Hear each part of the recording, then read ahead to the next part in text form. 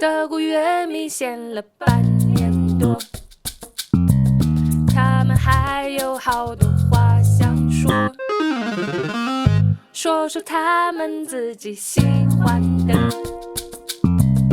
管他有没有人听过呢。德国乐迷心中之最。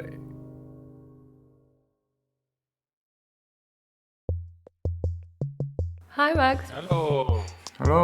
Hey, you're not at home? I mean, I wanted to be home, but then I realized I had the good camera and the headset in the office, so I just went to the office. But maybe I can blur out my boring office background a little bit. It's alright. Oh yeah, yay, hi. Hello. This last time your setup is really nice. Do you remember? I saw the video recently, so I know. And there's a flower here. Oh yeah, nice. Oh, Julian also got a plant there. Yeah, do you guys know Xinjiang? The famous Chinese artist. No. What? No, we are in Xinjiang. Yeah, we know Xinjiang. Do you want us to show you around? We're in a really special place. Really, Yeah, show really us. nice. This is my uncle's studio. He's a painter. Yeah, oil painting. That's all his work. And I'll go upstairs. Hey. Okay, 他们看一看家里啊。Oh, This is my auntie. Hi. Hello. Okay. How are you? And my dad and mom. Hello. The whole family. Hello. nice to see you. Nice to see you too. Yeah. Nice to see you. My uncle. That's his studio. Yeah. Yeah. Ni hao. He's a Really painter. nice place. Yeah, he's a painter. Cool place, bro. I'll show you outside. Oh wow. Yeah. Can you see the mountain? Like on, Yes. on the left? Hmm. Have you been hiking? Looks Yeah. a tiny bit like your backyard in Neuss. Just a No, tiny it looks bit. like Spain. I think a lot. Oh yeah, true. Yeah. Yeah, because Xinjiang is really, really dry. Yeah. If you come here, you can just live here. They already admit that. I've already told them Oh wow. for cooking. Oh yes, of Yeah. course. This is famous Chinese bread. It's called mantou. It's mantou. Hi, Oh. well, Sui's father. Oh, yeah. Hello. What time can you come to China? Oh. Welcome to China. Welcome As to soon as possible. Xinjiang, China, Xinjiang. You can eat mutton and beef. Welcome you. Ah. Welcome 我 you. 吃葱。我吃葱。他说他吃葱我吃葱。 Oh, onion. 葱 You 他 like 不吃，他不吃肉，不吃吃葱是吧他吃葱。他说。 ？Onion. Back to the studio part. Yeah, a lot of painters Cool. are here. They are painting the landscape, Landscape, yeah. like every day living here. Oh, I want to come. Hi, 我是表情银行的思雨。 Hey, 我是表情行的通通。 Hello，大家好，I'm Julian. Hi, I'm Max. Yeah, because last time everyone thinks really depressing. Maybe Yeah, they're it's too sun, right? too sung. Yeah. Oh, wow. Yeah. Crazy. Where did you learn wait, this? wait. Are you learning Chinese right now? Yeah, this time not sung anymore. So what's our topic today? Best drummers. Best drama. Okay, can we do it again? What's our topic today? Best drummers. drummers. Yay! Subjectively, best drummer. It doesn't exist, right? You mean object? No. Objectively. Objectively. No, of course, nothing. course not. It's taste, right? My rating depends a lot on live performance. Like how well can you capture an audience, which is subjective. So do you think there are some certain quality Qualities. that good drummers need to have? Yeah, I think like for me, like a good drummer really captivates the audience, especially during like live play. I feel like more than other instruments direct the flow of the performance, building tension and releasing. How about Max? I guess there's also the other side, right? I mean, you can be a musician and you can never play live because, I don't know, you don't like it, you don't find an audience, and you can still be recording artist, a great musician. I think there's also a lot to writing drums and how a drummer can kind of alleviate a song or can play too much or too less, and how difficult it really is to find that sweet spot, right? If you're playing guitar, you have this, okay, this is a nice melody, this is a nice sound, but as a drummer, you basically always have the same instrument, right? You can have two different snares, but the sound is just like a little bit different. So you always have the same things to operate with, and by each genre, in each kind of music, where you have to find the perfect thing for the song. And I think that's like a really special challenge. But nowadays you have modern technology that can alleviate that, through trigger system and electronic sounds. Sure. You also have techno. It's also basically drums, like electronic drums. You can do like a bass sound completely different. Drum arrangement is a very important part to me. Personally, if I want to love a drum part, I need to love the drum arrangement first. Maybe something to add to that in regards to all the things that we three said. It's like really on this thing between chance and technique, right? All of those things, like live performing, writing a drum song, and also how it is arranged, can be like completely, perfectly, meticulously planned and executed from a technique standpoint, or it could just work. Because wherever you are, Nirvana or whatever, and you just do anything, you're like high on, and you just do something, and it's the greatest music somehow, right? So do you mean if you're a drummer, so what kind of band you are in is kind of more important? Of course, also true in a way. The context is really important for a drummer. I mean, you can be I don't know, the Beatles drummer. Which one was he? Ringo Starr. Ringo Starr. I think outside of the context of the Beatles, he would be just a medium drummer, right? Yeah. But in this context, he was the greatest drummer. Or Lars Ulrich, the Metallica drummer, he was the greatest drummer of all time. But he's like, out of the context of the band and of the music, he was just an okay drummer. Yeah, so we start to talk about our personal best drummer. Okay. I think last time is Max, this time is Julian. If Julian wants to start. Okay, so I have 3 drummers that I want to talk about today. One is Thomas Pridgen.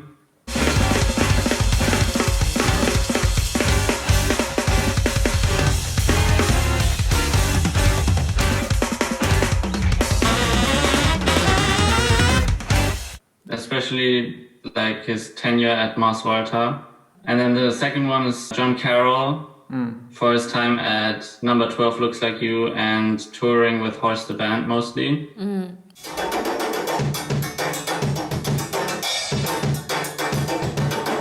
And then third is Clay Aeschliman, who is like a newer drummer. He's the drummer for Polyphia.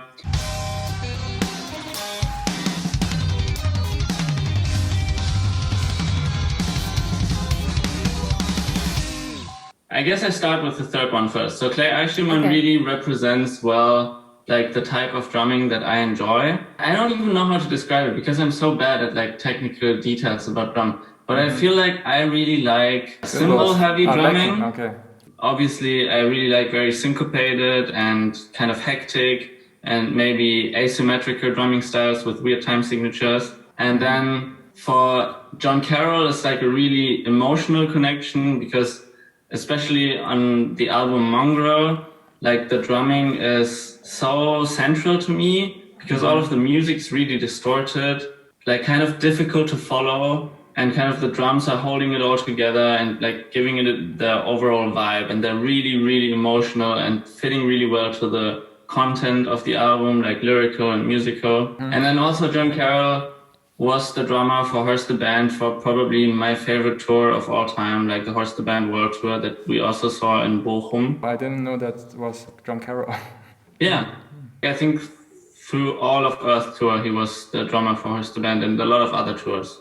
And yeah, Thomas Pridgen I picked because I felt like obligated to have like a really technically good and versatile drummer on the list too. He can play so many different styles so well, which I think is really good for a drummer. to be like versatile and able to adapt to different situations. From my perspective, especially from the lens of the Mars Volta, I think he's rather not that so much, not so versatile. I feel that he has this kind of two modes, like Bedlam and Goliath, where it's like, okay, it's an album about him, and he's like playing the whole time every 16th beat possible, and then all the other records, he's barely there, kind of.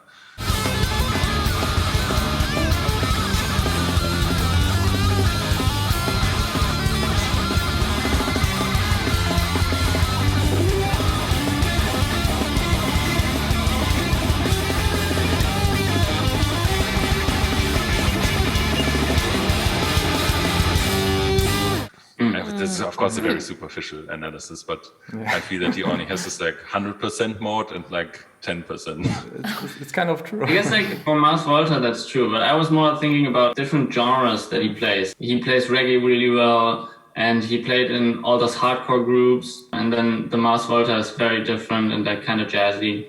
Yeah, I mean, he was a drum prodigy from a very young age. He's famous for being a very technical drummer. I guess Mars Volta made his choice just because he was a very versatile and very technical drummer. I think you wrote down some other drummer from Mars Volta. So you don't agree with Julian? Of course I agree with Julian. I also really like Thomas Pridgen, but for me the number one drummer of Mars Volta is John Theodore. This is for me, no question about it. They're all good, but John Theodore has an emotional connection with me. He arranged the first 3 albums of Mars Volta. Those 3 albums are my favorites, partially because of the drum arrangement. I just want to say that from a very superficial standpoint, you could say that Mars Volta had 3 amazing records with John Theodore and only 1 really good record with Thomas Pridgen. And of course, it's not Thomas Pridgen's fault, probably, but still, simply from that perspective, I would also agree with John Theodore as the greatest Mars Volta drummer of all time. Oh. Yes, I think I would agree too. Like if I just rate it by albums that I like the most from Mars Volta, which is De-Loused and Francis the Mute. My favorite is Amputecture. Amputecture is just the best record ever created. Yeah. Amputecture is the juice. Yeah. I mean, but the other 2 are like, 98.7, and Amputecture is like, 100.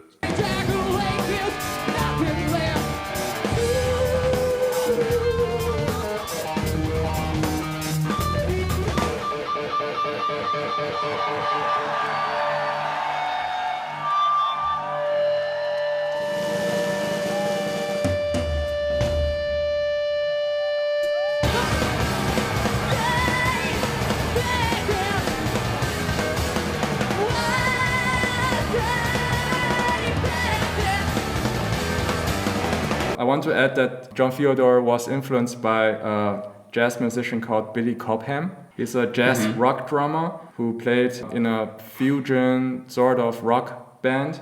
And he also had a very explosive play style, like a lot of snare action, a lot of cymbal action.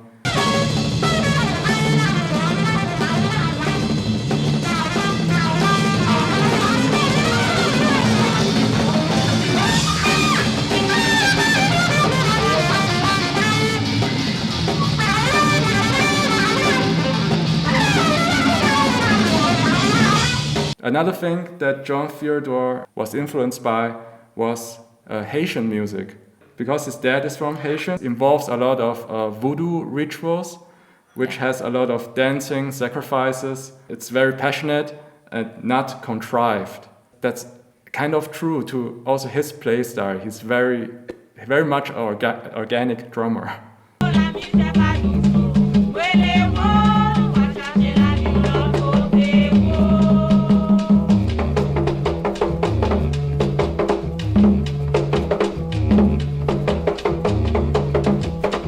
So we conclude that John Theodore is the best drummer of all time, and we can stop everything and we can do something else. No, there's one contender, which is Zach Hill, of course. Okay.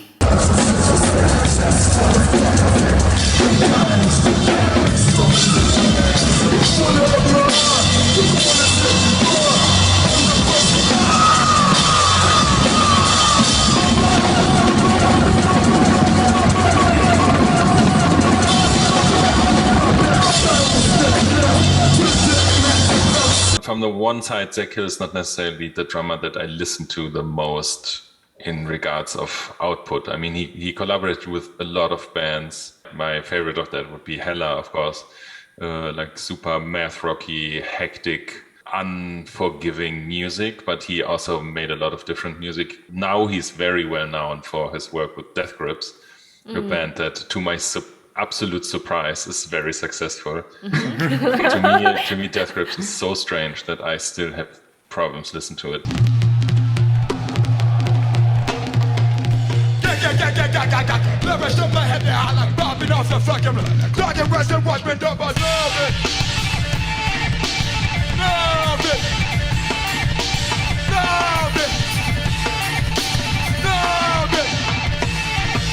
I know had some like super normal people with like I guess a more normal taste in music. I thought than like huge Death Grips fan. I'm like, what? How? It's because Anthony Fantano pushed them really hard in his everyday review. Yes and no. I guess that helped them a lot in terms of overall popularity. Max can push them very hard in Chinese market. I mean, yeah, maybe. He had a lot of different projects. I mean, he released 2 records with El Grupo Nuevo de Omar Rodriguez Lopez. Both are quite funny. He worked with the Deftones singer. They had a collaboration, Team Sleep. But generally, I still feel inspired by the way he plays. It's really like how I play now. He's this kind of perfect in-between thing, right? He's like super technical, but also not. He's just doing stuff. He's just punching the drum kit. He doesn't play verses and repetitions. He's just playing stuff. He's playing solo stuff all the time. He had some solo records, which are quite unlistenable, I would say. Some of them is just one song, 60 minutes of him just drumming out without break. It's like recording him while he's doing his practice, I guess.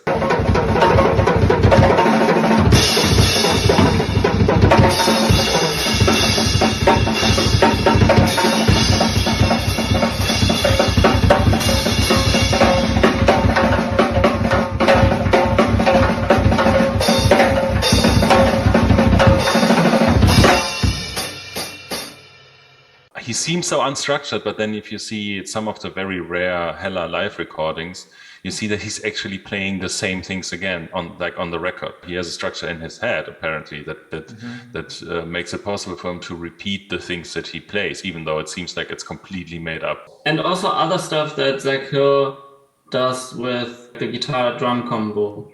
You know his solo album Face Tat, the last song with Carson McWhirter? That has a very similar quality to the Hella music, where it's just the guitar and the drums like switching who's in front and who's like accompanying the other person. Yeah. But I think it's mostly down to being on one side super professional and technical, and on the other side super improvisational and free form. I always felt super inspired by him and by the way he plays. I also started to put my drum set super low, like he is doing, and that really helped me. Like in his chord. Yeah.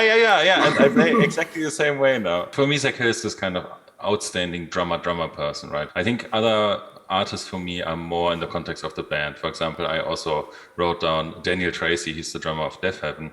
He does a very good job with alleviating the music without doing too much or too less. It's like a black metal, but he's also kind of not really playing a lot. He has this long bridges of just playing like one blast beat for like 5 minutes, but mixed in the background. So you only hear like...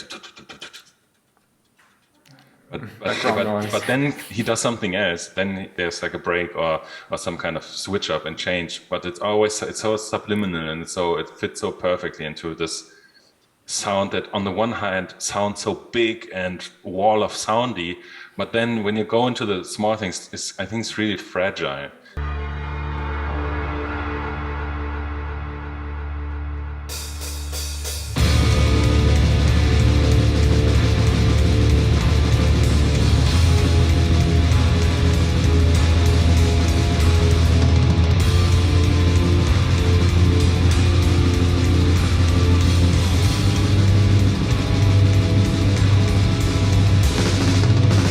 has this perfect pinpoint of what he has to do to make the music good.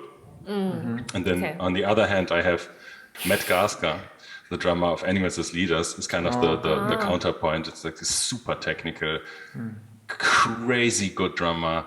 For some reason, like my YouTube algorithm would always show me more and more of Matt Garstka videos.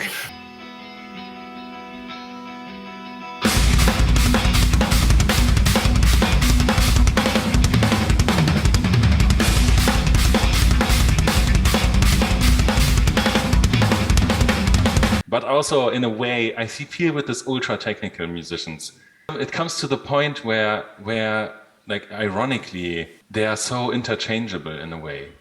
Because they are all so good, so extremely technical, that it's really difficult to have this like specific style.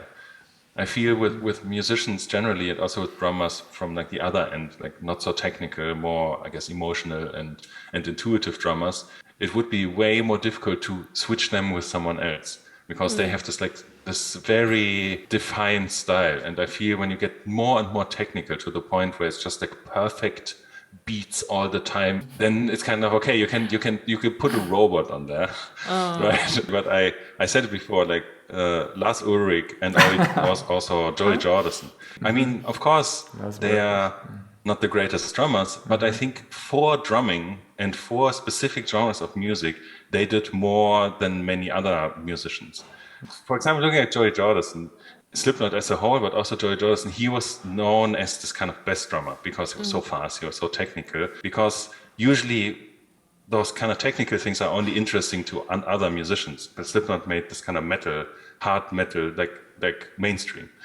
And so everybody now was looking at those musicians and like Joey Jordison, and like, wow, he's so good. He did the shows, right, where he was like on the side and spinning around.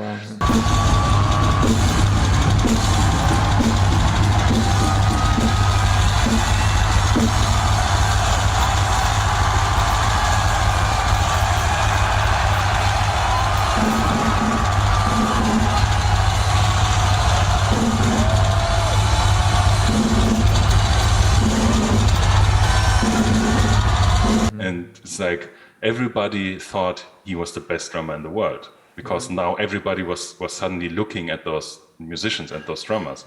Okay, I'm done. Great. I agree with what Max is saying, especially about a lot of the newer generation drummers having this like kind of robotic style. And I also like saw a video recently. Tom, do you know Rick Beato? No. He's like a very big producer, former producer, and he does with a the gray YouTube hair, channel right? now. Yeah, exactly. He had a video on his channel recently, like the modern guitar discussion with like Tim Henson, Tosin Abasi, and Misha Mansour. And they obviously talked a lot about guitar, but at the end there's a segment where they talk about drummers, and they say this like newer generation of drummers that came up with like digitally edited music and equalizers and stuff like that, and they listened to that all the time when they were coming up. So they trained themselves to emulate that playstyle, and this is why they sound so exact. Because they grew up listening to recordings that were quantized like perfectly. Yeah. Because that's how they trained themselves, because they thought a guy was in the room playing like that, Right. and when they didn't fell know short, it was all compressed. and they didn't know that it was gridded programmed drums. That's right. And like It's an inhuman performance. Completely inhuman. And now a human and they is play emulating it. inhumanly. Now Tonto's favorite drummer. I guess we don't need to mention John Theodore anymore. So I was just It's alright. start with my audible mentions. Okay. So my audible mention would be Michael Cavanagh and Eric Moore from the bands King Gizzard and the Lizard Wizard. Actually, two drummers. Two drummers. I really like some of their music, especially Murder of the Universe, and I'm a really big fan of their concept, like utilizing two drummers that play live simultaneously, the same grooves, the same details. I was never at a live show of them, but I saw a lot of... They went to China, but they went to Shanghai. They didn't come to Beijing. And they're so close. Yeah, so close. I think they played in Shanghai that day, and the same day, Beijing is bad, bad, not good. Oh, So yeah, we went to bad, we bad, went not to good. Best But Not Good, right. Yeah. Yeah, just one of my favorite performances was their show on Key XP when they performed the Murder of the Universe album. And the amount of concentration and focus is just amazing. Because when they play live, they are looking at each other. They are not facing towards the audience, they are facing towards each other. Yeah. And it's very impressive to look at.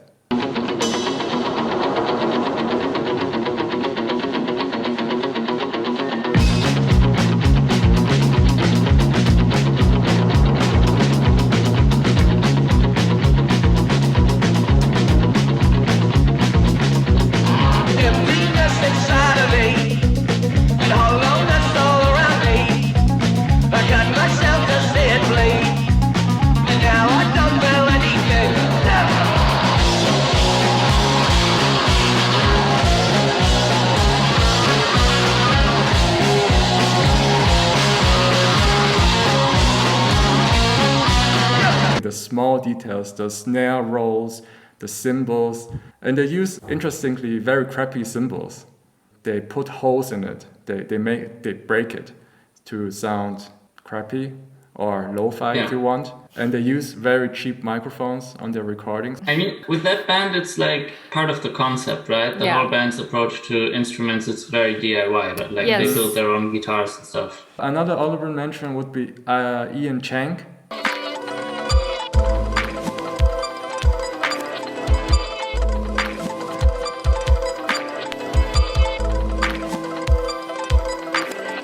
I mentioned him also in Dorme.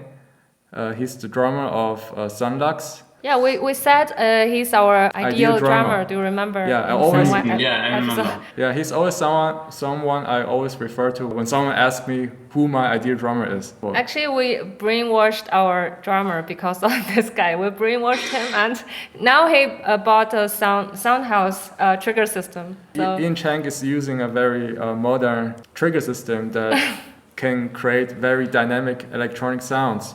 And he combines it with acoustic drums. It sounds really, really, really nice. Yeah. He has a lot of solo songs which he performs only with drums and trigger systems. He was a jazz musician earlier in the days. He's still a jazz musician, but he was doing jazz a lot in the early days. And there's also an NPR show on YouTube where he performs with a jazz experimentation band called Father Figures. They are kind of like King Crimson, but like a more jazzy, more experimental version of King Crimson.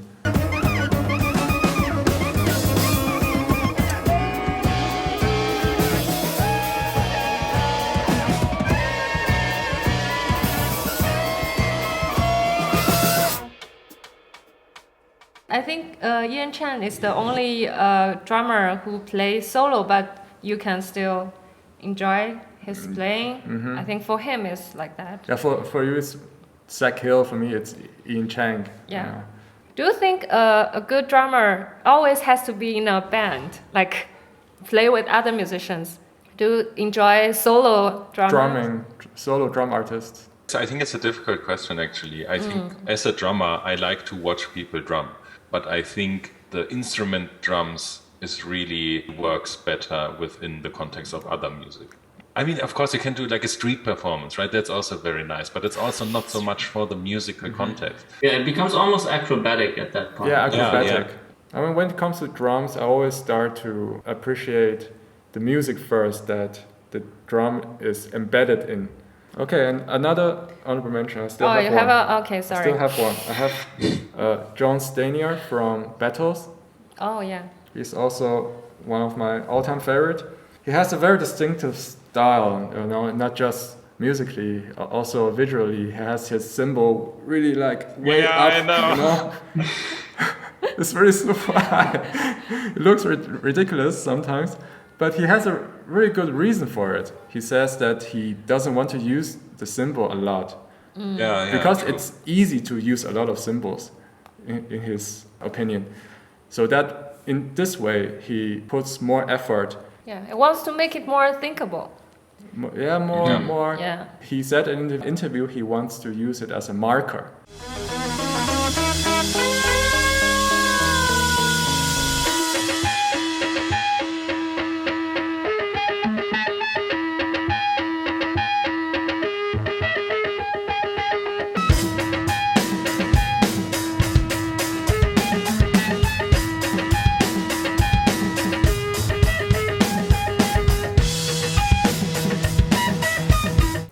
cymbals are important, Max? Of course. You're the only drummer here, so. Do you think modern drummers use cymbals too much? It's so difficult. I mean, I think you have a lot of, especially metal drummers with their huge drum sets with like 28,000 cymbals. I mean, in the end, when you are a normal listener, you can usually not differentiate between this 28-inch and this 27-inch crash cymbal, right? So I think it's a lot for the person themselves, but I think I tend to like the very reduced drum sets more with like one cymbal, one ride. I think those 28 toms or cymbals kind of drummers are kind of out of fashion nowadays. You don't see them that often anymore. Yes, I agree. Nobody has the Dream Theater drum set. Oh my god. No one can afford it. No. Yeah.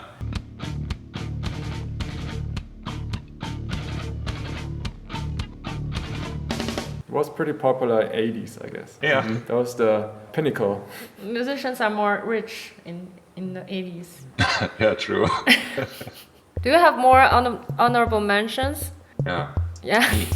Okay. Okay. Insert Max clip here. It was just a joke. I don't pick myself as the best drummer. Hey, you. Yes, you. I'm talking to you. Oh. Oh man. Who is your best drummer? We want to know all about you because we love you. It's a great episode. Okay, now see you next time, guys. Bye-bye. Bye-bye. Bye-bye. See you next everyone. time.